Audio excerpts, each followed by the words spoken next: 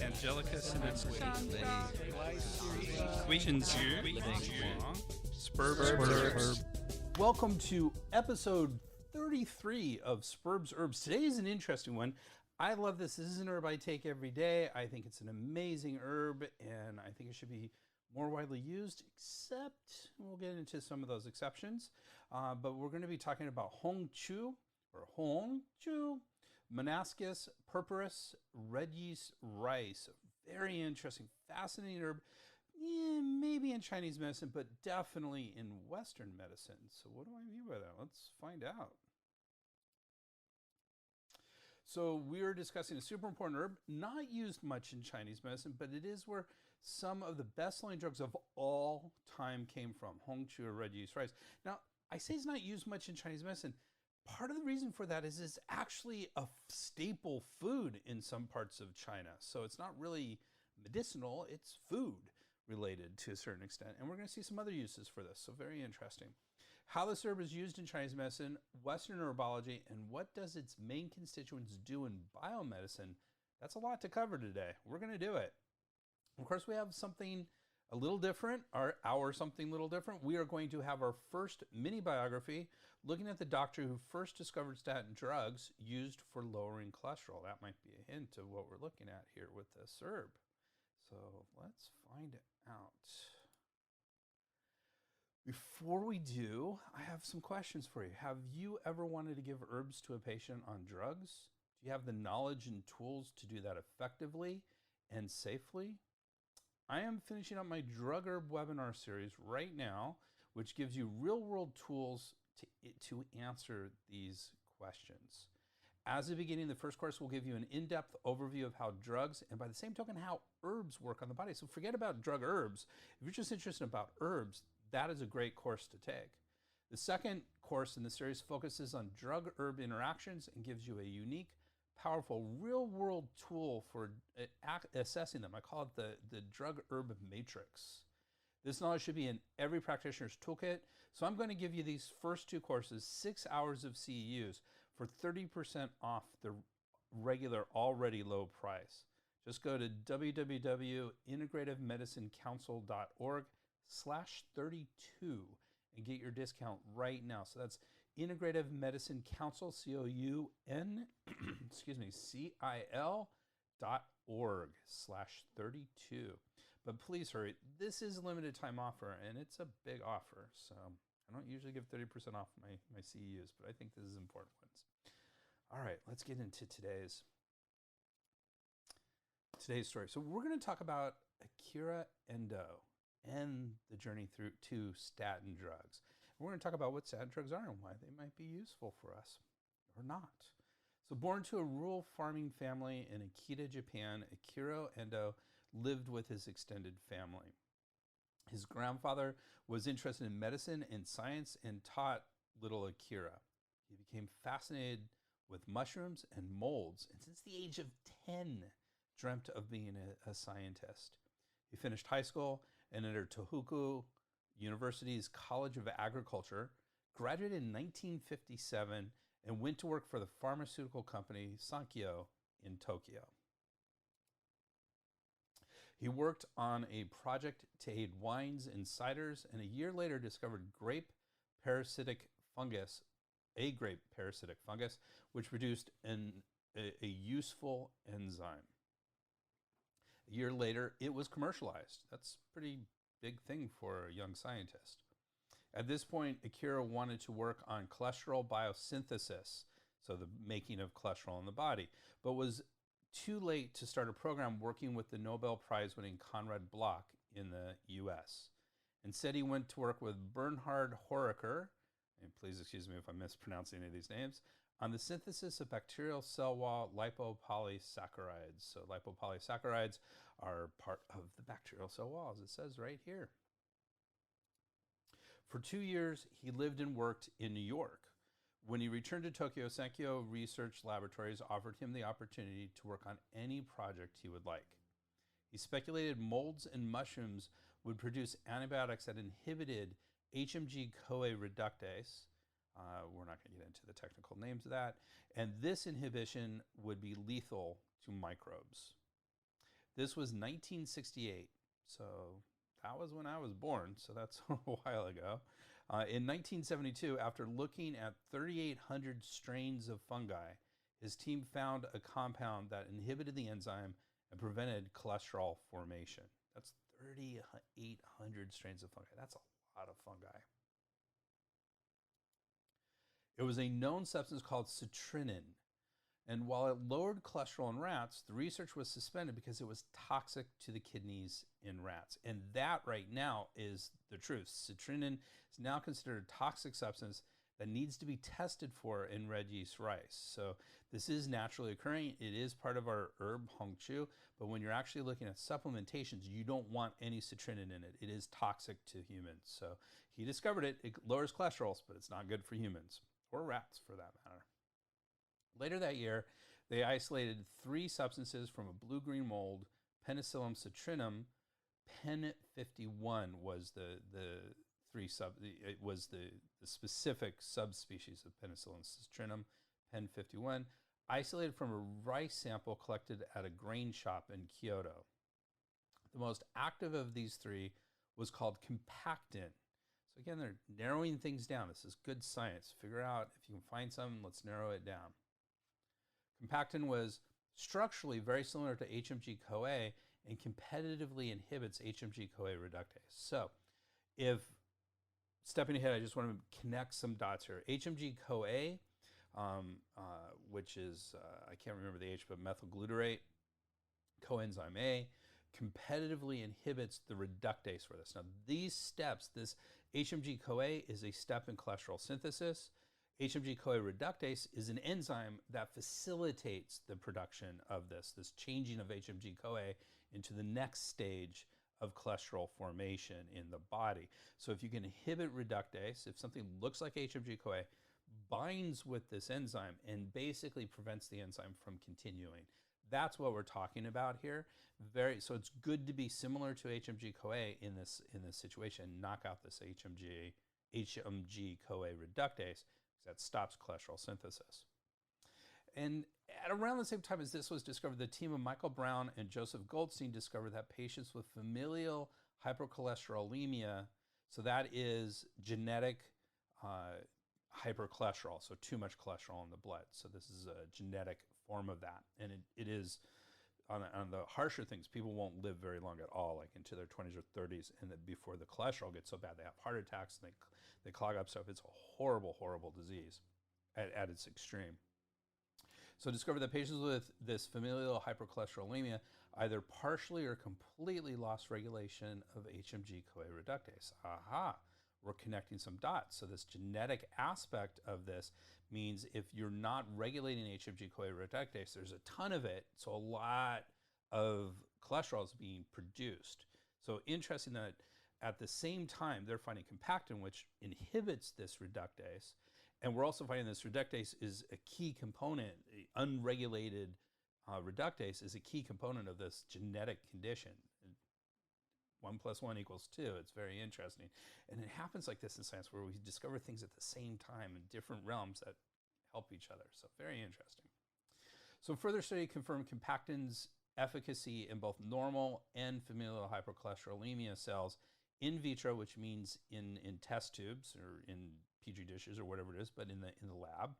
And 2 papers were published in 1976 with this research. So this is interesting. So now they've found that this compactin is very helpful for HMG-CoA reductase to stop it, which can be very helpful in this familial hypercholesterolemia, but only in the lab. So it hasn't been tested in humans at this point. And that's interesting. It's a good first step, but a lot of things go wrong from this step to the human step. So this is huge. And so 1976, we're given a timeline here. So first 68, now we're into 76. And then the floor fell out below Akira and his team. When compactin was given to rats, there was no change in cholesterol levels. 2 years and 6,000 tests were rendered useless. So this is the problem we have when we do science. It's like, okay, it's great, it works in the lab, this is fantastic. Will it work in humans? And of course, before we do humans, we look at animals to see if it works in animals. Totally doesn't work in animals. We're buggered at this point. 2 more years of research as to why it didn't work in rats determined that compactin worked to reduce cholesterol for about 3 to 8 hours after a single dose, but then lost its effectiveness. Okay, so that's interesting. So it's working, but it's not staying working. So what is happening in the body to prevent it from working longer?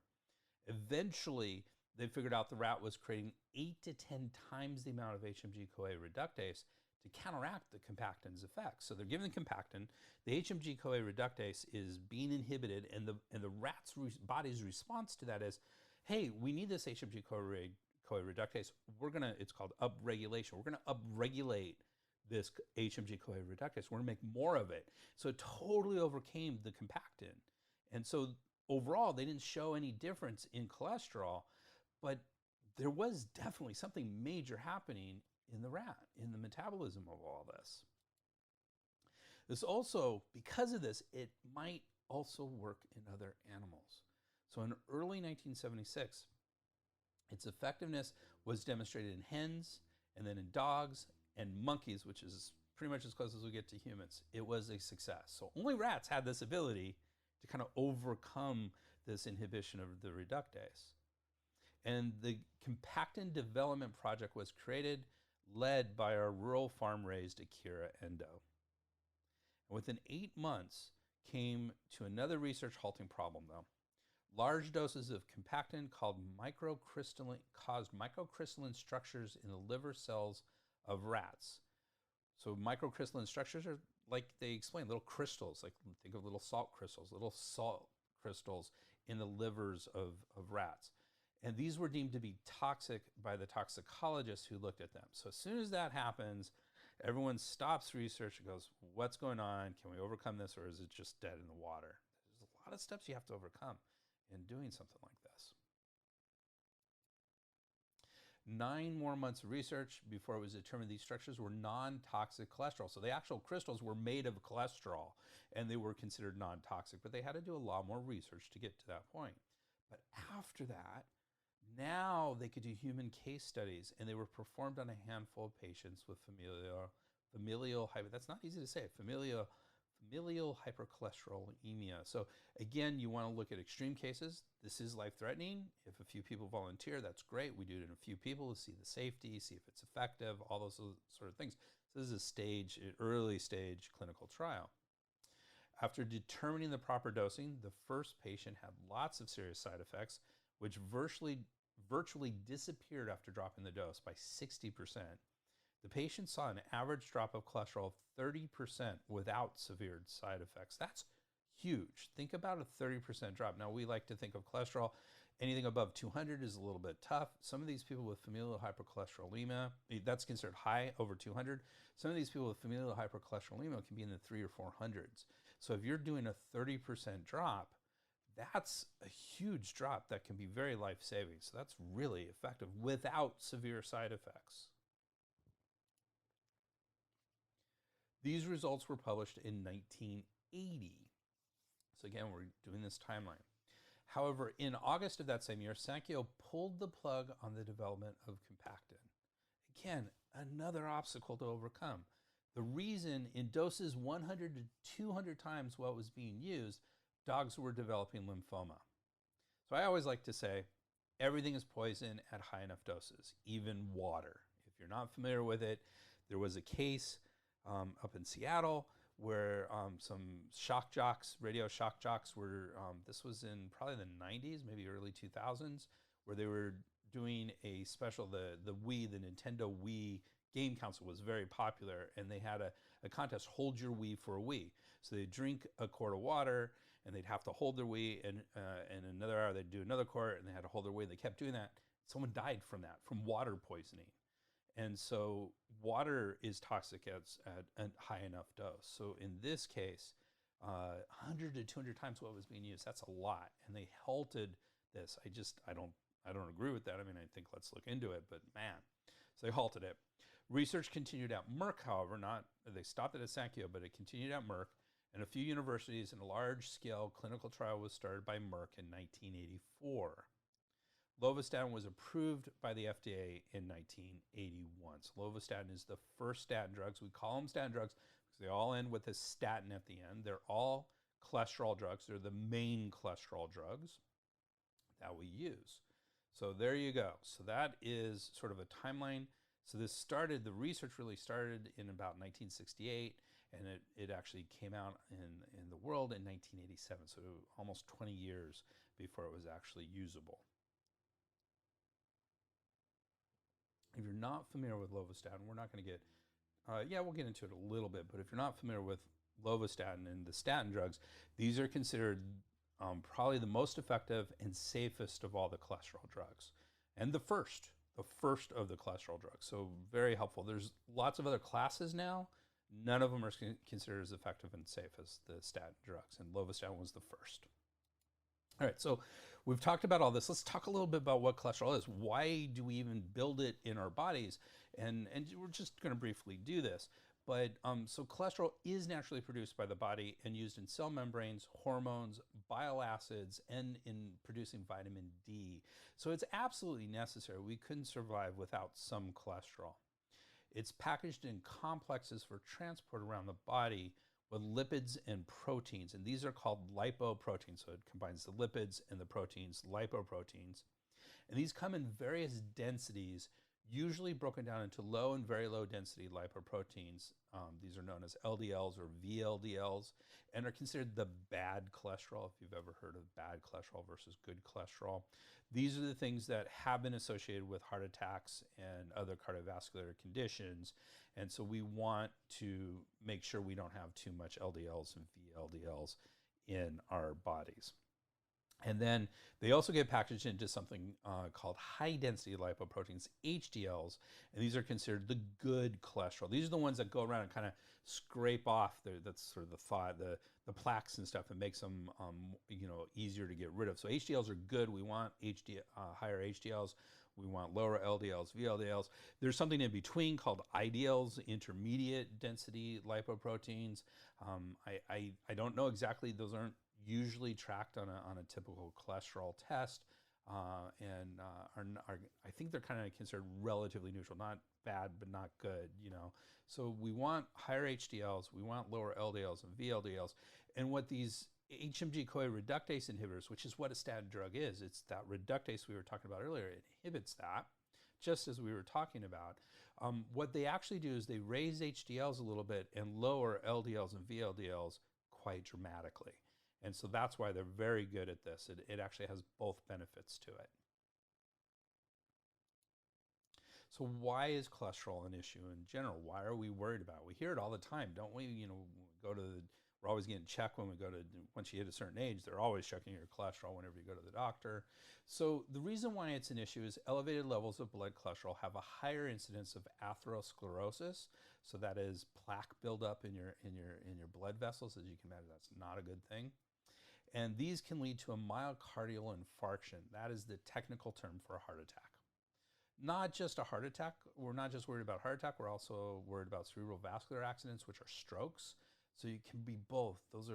It's really bad. Not only that, they're finding this atherosclerosis may play a role in things like Alzheimer's disease and things along those lines. So we really don't want to go down this route of too much cholesterol. And a lot of our foods, now we're going to go a little bit off, but I think it's important. A lot of our foods have cholesterol. We find that cholesterol-laden foods do not go directly to cholesterol in the bloodstream. So that's not a huge issue. Remember, the whole point of this is to package lipids, and that's the issue. So high-fat diets, doesn't matter if there's cholesterol in the foods or not, but high-fat diets, especially saturated fat diets, are going to lead to LDLs and VLDLs. And that's what we have to be careful of here. So, and these are going to be used to lower cholesterol. And by the way, I just mentioned diet. That is an important factor in having too much cholesterol, but the number one factor is not diet. The number one factor of too much cholesterol in the body is actually genetics.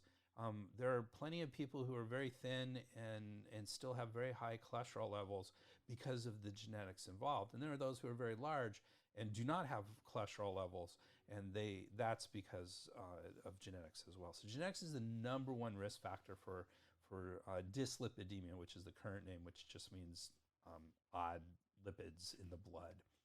So there you go. So this is all reasons why cholesterol is an issue.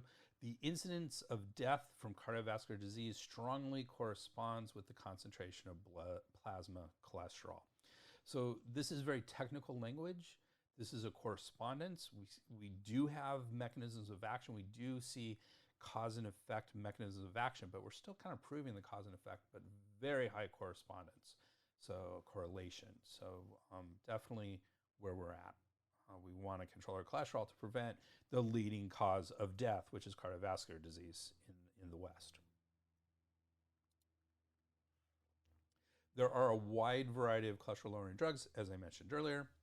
Most commonly prescribed and among the most effective are the HMG-CoA reductase inhibitors, also known as statin drugs, because they end with their end of their generic names all end with statin. So I've mentioned all that. Of course, I said generic names here. Drugs have a generic name, and then they have a brand name. And so lovastatin is a generic name, but then that will have a brand name, and I don't know what the specific Avacor or something along those lines might be their brand name, and that's what's being marketed as. But behind it, there's these generic names. And the reason why we do that is generic names don't change.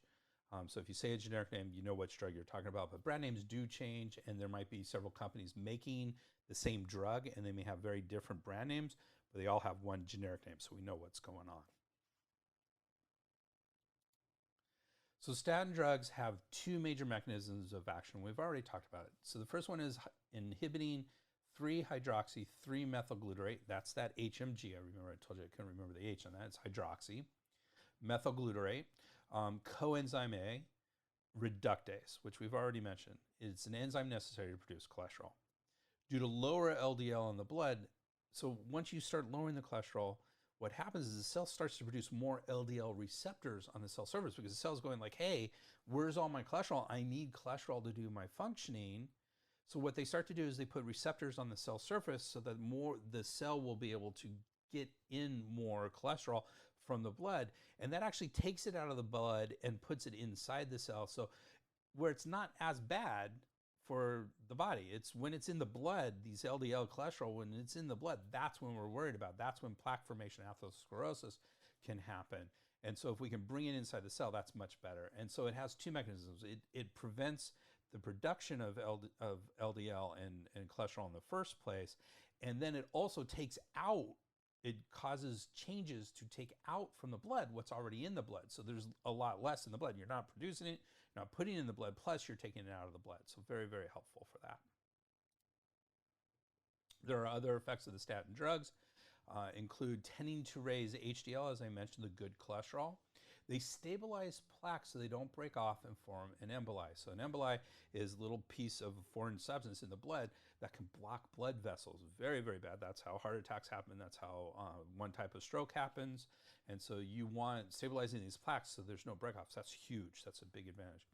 They improve cardiac endothelial function. Endothelial is the inner lining of the blood vessels in the heart, so it improves that. It inhibits platelet thrombus synthesis, in other words, forming clots in the blood. Again, a clot in the blood as it's moving is not a good thing because that can jam up and cause the heart attacks and strokes that we were talking about. So we don't want to create clots in our blood, and so this inhibits that. And it also has some anti-inflammatory effects as well, which can be really important in prevention of cardiac events. You know, there's research going on that says this is one of the more important risk factors for cardiac events that we've kind of missed, but then other research says maybe not. So, so very interesting. Statin drugs don't just reduce cholesterol, is my point. They do a lot of other things that are all very beneficial for preventing cardiac events. And all of these, okay, as I just said, are very beneficial for preventing or minimizing coronary heart disease, even though the exact mechanisms of these actions are not completely understood. In general, these drugs are considered relatively safe, and the incidence of adverse effects is minimal. I love that I read an article, it was probably in one of those, it was a news magazine like, I don't know, like U.S. News and World Report or Time or Newsweek back in the day. It was around 2000 because it was while I was in medical school, give or take a couple of years. And there was a quote from a doctor saying that statin drugs are so safe they should be put in the water. And of course, I totally disagree with that. But here are some side effects. There are some serious, if rare, adverse effects, including liver failure, not a good thing, muscle abnormalities, and something called rhabdomyolysis, which is an acute, potentially fatal disease of destruction of skeletal muscle. And so I actually think of this as the melting of our muscles. And it can get so severe that you can die from it. So rhabdomyolysis is a very serious sort of condition that can happen with use. It's very rare, but it does happen. These last two effects are more prominent in patients who have renal issues or were taking other drugs with the statin. And taking CoQ10, if you've ever heard of CoQ10, as a supplement is supposed to help prevent rhabdomyolysis. The other form of CoQ10 is ubiquinol. It's the same thing. It's just one's what we call reduced and one's more oxidized. Same supplement. So CoQ10 or ubiquinol. A new study just came out in the last few weeks, and I didn't change it on this because I still want more. It's a big study. It's a systematic review. That's high-level evidence that says that the CoQ10 does not help with rhabdomyolysis. But I still want a little bit more. It said probably, I think that what they actually said probably doesn't help. So I still want more information. I'm still recommending CoQ10 for my statin drug users and for my red yeast rice users because it's a statin drug in red yeast rice. So we'll talk about that in just a minute. And I mean just a minute. Real quickly before we get in this, let's talk about the Chinese view of cholesterol. It is not specifically recognized in Chinese medicine, hypercholesterol. Neither is hypercholesterolemia or hyperlipoproteinemia or dyslipidemia. Those are all fairly similar. They're not quite synonyms, but very close. But if you have this condition, it can fall under one or more of the following categories. Obesity is referred to as fei pang or fatty fatness. I love Chinese language sometimes. Fatty fatness. If associated with heart disease, with chest pain or pressure, it is considered xiongbi or chest impediment. So there's a few things that can do it. But in other words, Chinese medicine doesn't really have the concept of cholesterol, which doesn't surprise me at all. It's a relatively recent one in Western medicine. So there you go. But we do have some things associated with it, some syndromes or conditions associated with it. All right, take a breath. And with that, let's get into our herb of the day, hongchu or red yeast rice. So red yeast rice is rice that has been inoculated and fermented. So it's a fermented rice with the yeast Monascus purpuris. So it's a yeast. It's used as a food and a food dye in addition to a medicinal herb, a medical herb. So a lot of red dye, things with red dye are actually from this red yeast rice. The family is Monascaceae. And the species, as we mentioned, is Monascus purpuris, and Went is the final thing. Remember that Went actually refers to the biologist who first categorized it. English translation is red yeast or red yeast rice. Hong chu, hong meaning red, chu meaning yeast or rice. So red yeast rice, red yeast. Other names include hong chu mi, red rice koji, red fermented rice, red koji rice, I have red koji rice in there twice. Anka or Angkok, I don't know which language that's from. Monascus, Jir Tai, Shui Jir Kang, Colestin, and corn silage mold. I don't know what it is. So it says mold there. It's yeast, but remember yeast and molds are fairly similar. So we did say this is the Monascaceae family, and that's a family of fungi with about 8 genera. So remember the Monascus is a genera, and then the purpura is the species. Monascaceae is one step up, which is the family. As all fungi, they are eukaryotic, which means they have a true nucleus as opposed to something like a bacteria, which is prokaryotic. They do not have a true nucleus. And the fungi taxonomic kingdom, the whole thing of fungi includes yeasts, molds, and mushrooms. So those are all considered fungi in general. And when we get to the kingdom, remember we have the animals is the top thing versus plants, and then we have kingdoms under that. So we have fungi, we have animals, there's a few other kingdoms up there as well. Totally blanking on any of the others, but there's others. All right. So the category for this herb is digestive herbs. And remember, when I talk about herbs, I have three main textbooks that I like to compare with. And this one doesn't, is only in one of those three textbooks, and that's Chen Chen. Neither Bensky and his team or Brandon Wiseman mention this herb at all. So again, obscure herb, very interesting, definitely used in China, but not necessarily as an herb. So it is sweet, acrid, and warm, and enters the spleen, liver, and large intestine channels. Typical dosage, 6 to 12 grams. Can be ground into a powder and applied topically. We're going to have a few, I think we have a few applications that we can do topically. And Chen Chen says it was first mentioned in the Yinshan Zheng Yao, or Correct Guide to Eating and Drinking, in 1330 CE. So not quite, maybe 700 years old at this point. So, not young, not a new herb, but definitely not one of the oldest herbs either. Good quality is difficult to determine since it primarily is used in the West as an anti-hyperlipidemic agent. The most important considerations are the amount of monocolins, the chemical name of the statin drugs. We are looking for monocolins. Those are the statin drugs. And citrinin, a potential toxin, so we don't want citrinin in it.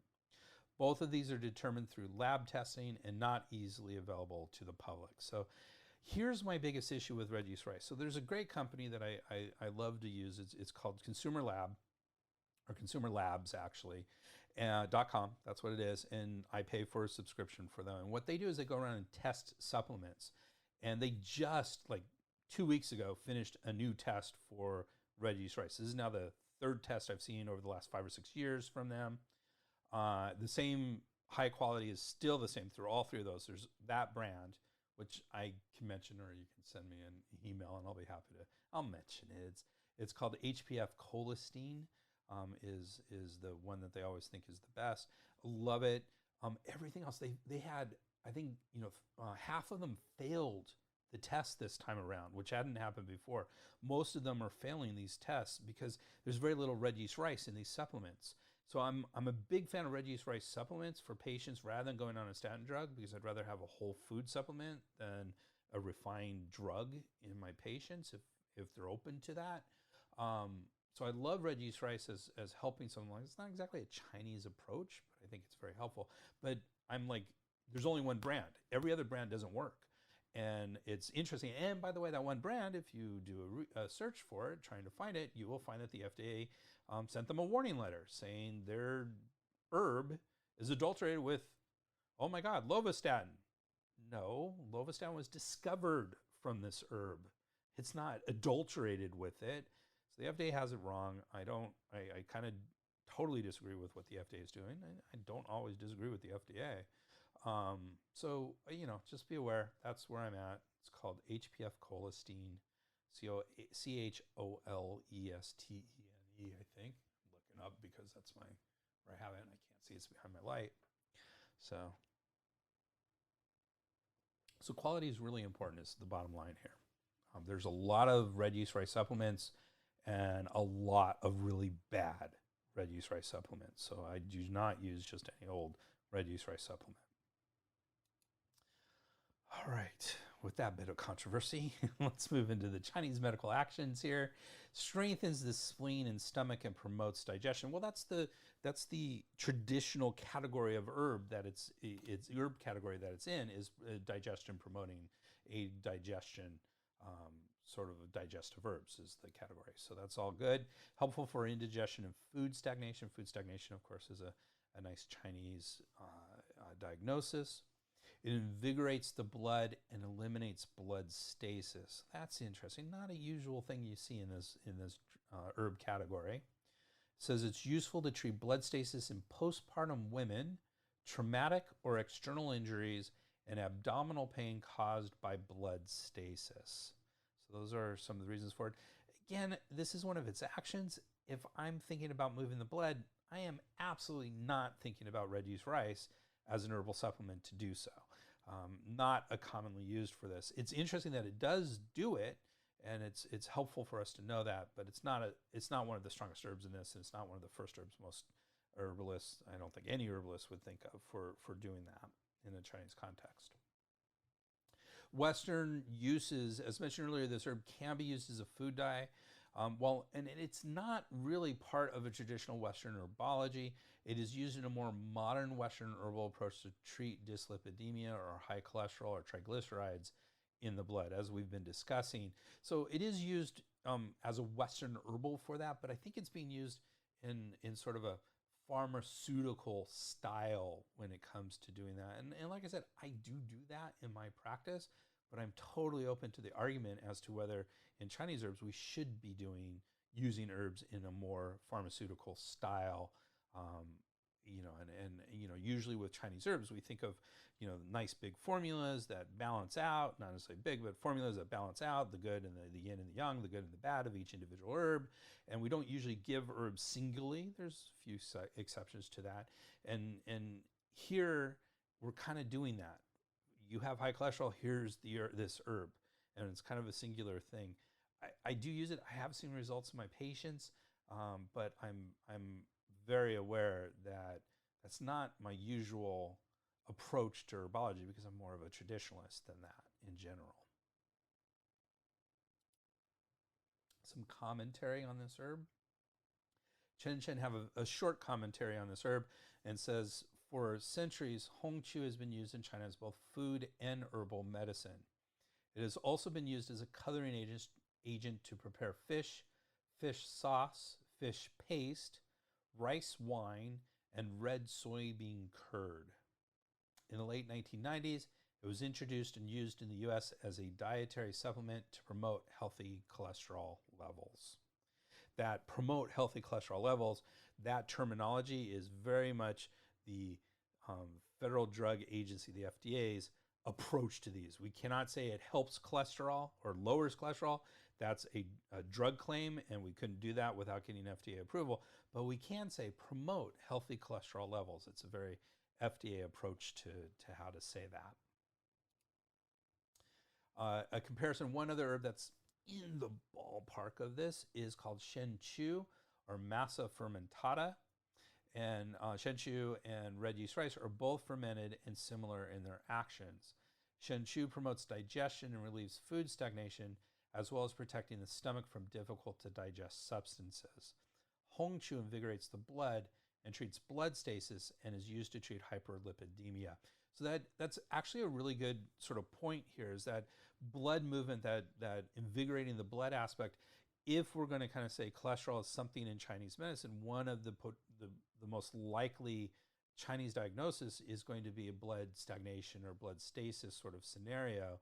And so the fact that it moves blood is, I think, really important with hongqiu in terms of the cholesterol lowering that we've been talking about through most of this presentation. Combinations. There are a couple combinations of this herb discussed in Chen with Shanja or Cotegie fructus. This is hawthornberry. Again, very good for heart conditions. So hawthornberry is a good one. Maya Horde germinatus fructus. That is germinated, I believe. I always get it mixed up. I think it's germinated wheat. There's another one that's germinated rye, but they're both in the same category. They're very similar, so I keep getting them mixed up. And those are good for indigestion, all three of those. So, and then it could also be used with baiju, Atractylotus macrocephalae rhizoma. That's Atractylotus. And Dongshen, Cotinopsis radix. The common name is Cotinopsis for that. For food stagnation due to spleen deficiency, both baiju and Dongshen are tonify spleen, so it can help in that case if there's deficiency of the spleen happening. Remember, I've mentioned in previous Sperb herbs that the spleen is sort of the main digestive herb in Chinese medicine. Of course, the spleen has nothing to do with digestion in Western medicine, but right below the spleen is the pancreas. And when you look at some of the descriptions in Chinese literature about the spleen, there's one in particular that says the tail of the spleen, and the spleen is sort of an odd-shaped balloon. There's no tail.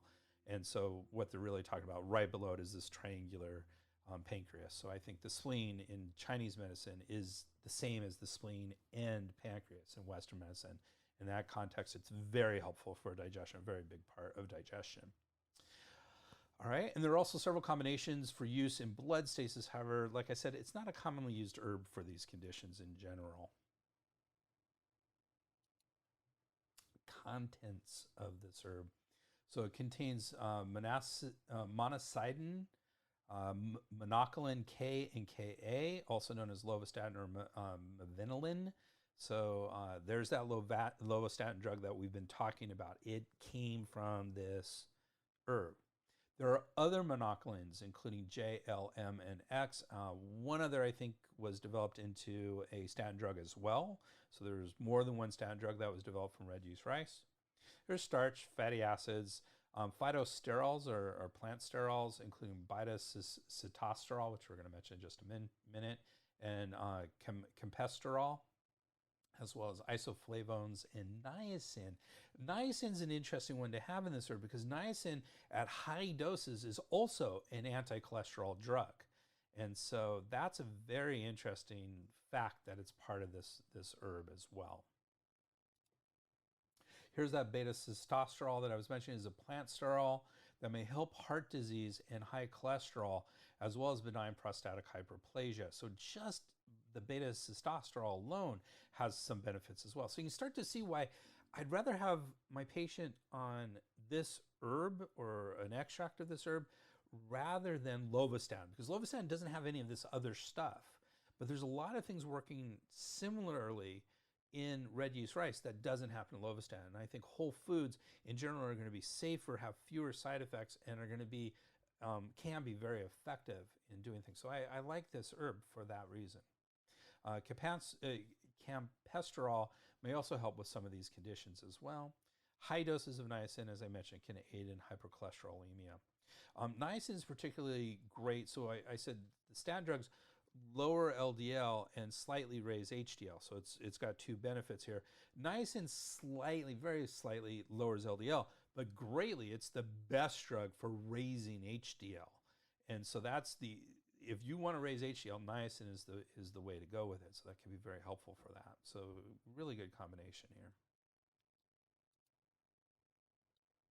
So let's talk about the science. The main claim for red yeast rice, in case you haven't gotten it, is it reduces cholesterol. According to Chen and Chen, most medical journals attribute the hypolipidemic effect of Hongqiu to one single component, lovastatin. This explanation, however, is not sufficient nor entirely accurate. The therapeutic dose of Hongqiu delivers approximately 7.2 milligrams of lovastatin, while the synthetic drug lovastatin contains from 10 to 40 milligrams of lovastatin. Yet, despite the lower dose of the supposed active component, the hypolipidemic effects of Hongqiu are much greater than the synthetic drug lovastatin. Thus, it is clear that lovastatin is not the only active ingredient, and more research needs to be done on Hongqiu as an herbal medicine, not just on lovastatin as a single compound. So if you're not familiar with Chen and Chen, John Chen, I don't know, it's brother and sister. I don't know what the sister, I know she's a great herbalist, but I don't know what her background is. But John Chen is a pharmacist. So this is his background, his pharmacy. And he's saying there's something else going on here as well. So it's kind of echoing what I've been saying all along in this presentation.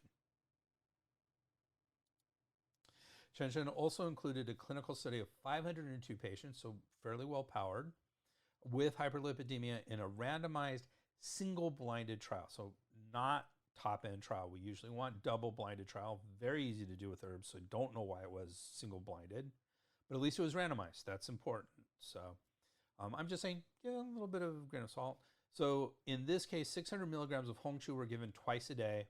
After 8 weeks, there was a 22.7% reduction in total cholesterol, 30.9% reduction in LDL cholesterol, 34.1% decrease in triglycerides, and a 19.9% increase in HDL cholesterol. We want that increase in cholesterol, remember, so in HDL cholesterol. So that's really good. So that's great. The study, there was a study years ago that I looked at, and it said 2,400 milligrams of extract is what you want to do. So that's usually where I go. Again, you have to look at extraction ratios. It's difficult to figure out, where you're at. But with that HPF cholesterol that I mentioned, I do 4 capsules, which is 2,400 milligrams. So there you go. And I get good results. Let's talk about some drug-herb interactions that we might need to be worried about. Several case reports highlight potential interactions with warfarin causing an increase in INR. INR is a measurement of the blood coagulation, how easy it is for the blood to clot. And when you're taking warfarin, that's really important. You want to make that longer so that it doesn't clot as much. That's the whole point of taking warfarin, which is an anticoagulation drug. And so if these are interacting and causing an even bigger increase of INR, that can be an issue, because if you increase INR too much, you go from preventing a clotting disease from happening to causing hemorrhagic disease to happen. You always want it kind of in a narrow band. So we need to be careful of using this with warfarin. Warfarin is one of those drugs, if you take my drug-herb interaction courses, I do not recommend doing warfarin with herbs in general. So again, probably should avoid it. And then the other interaction we should be worried about here is monocolins. Since monocolins are generally strong interactors with CYP3A4, cyclone P450-3A4, that's one of the major targets for drug-herb interactions. If something does something to cyclone P450 subtype 3A4, it's at much greater risk for a drug-herb interaction. So these are generally strong interactors with that 3A4. It is probable this herb may have some interactions with drugs that use 3A4, and about anywhere from about 40 to 60% of drugs require 3A4 for some form of their metabolism in the body. So we do need to be careful about this when combined with other drugs. Finally, let's talk about some concerns about this drug in general. It may be hard to digest in those with spleen or stomach qi deficiency and dampness leading to diarrhea, or in those with food stagnation or blood stasis. So, food stagnation and blood stasis, that's what this herb helps with. So I don't know if that's a huge concern. You're supposed to take it in those cases to help it, but we do need to realize it may be difficult to digest in that context. Again, in that case, in Chinese medicine, we combine it with herbs that help that digestion. Shouldn't be used in excess or exterior conditions. It is definitely an interior type herb. Used with caution in pregnancy, as it may stimulate uterine contraction. So remember, we said it's often used for stasis postpartum. So use it after pregnancy, after birth, not before, not during pregnancy. And it's contraindicated in patients with active liver disease. Generally, if you're given this, lovastatin or one of the statin drugs in Western medicine, they're going to test your liver enzymes just to make sure your liver is doing okay and monitor them just to be on the safe side. So definitely want to be careful. Contraindicated, sure, if there's active liver disease, absolutely. But you do want to be careful, just in general, with livers with this. So, in summary, that was our very different and interesting herb of the day. Hongchu is not a commonly used Chinese herb. However, it can be an important herb for treating dyslipidemia. I do add CoQ10 or ubiquinol when using this herb, though the latest evidence is a little questionable on that. As I mentioned earlier, it is a great alternative to placing a patient on a lifelong statin or other cholesterol-lowering drug. So remember, statins are considered what are known as a lifestyle drug. And what that means is it becomes part of your lifestyle. So once a patient is prescribed a statin drug, they are almost always going to be prescribed a statin drug for the rest of their life, because no one really wants you to come off and then have high cholesterol levels. And it's considered relatively safe, so why not just be on it forever? That's why it's one of the highest selling drugs in the United States. The last thing I looked at was, I think, 2, maybe 3 statin drugs were in the top 10 drugs sold in the United States. So very, very, very, very common drug prescribed in the United States. And the reason for that is because once you're on it, you never come off of it. So as herbalists, let's try and see if we can use something as an alternative and see if it's effective in our patients so they don't have to be on a drug for the rest of their life. So that's basically red yeast rice, Hongchu, in a can. So what about our next episode? In our next episode, we will look at a very interesting formula, Bai He Gujin Tang, or lily bulb decoction to preserve the metal. This is an interesting tonification formula for the lungs and introduces an interesting herb, lily bulb. which is used in several formulas in some of the oldest formula books in Chinese medicine. This looks like it's going to be an absolutely fascinating look at an important, if a little obscure, herbal formula family. Please join us in 2 weeks for this herbal formula and, of course, something a little different. Thank you very much for being there. If you like this podcast, could you do us a big favor? Could you give us a 5-star rating in your favorite podcast app? We would really appreciate it. And thank you very much for considering it. And don't forget, you can get this podcast and 30% off our drug herb series, CEUs and NCCOM PDAs. So CEUs, Continuing Education Units, National Certification Commission of Acupuncture and Oriental Medicine and Professional Development Activities at www.integrativemedicinecouncil.org. That's council, COUNCIL. And if you want that 30% off our drug herb, the first 2 courses in that drug herb series, put a /32 on that, and you'll be able to do that. And of course, you can always get in touch with me at Dr. Greg at spurbsherbs.com or our website, www.spurbsherbs.com. Happy to answer any questions you may have in the future or what have you. Just give me an email. And as usual, I have my bibliography. Spurbs Herbs. The proceeding was presented by Dr. Greg Sperber. We would like to thank Janelle for all her support and everybody else who contributed to this program. Janelle. Timothy Dobbins, Rogers, Campbell.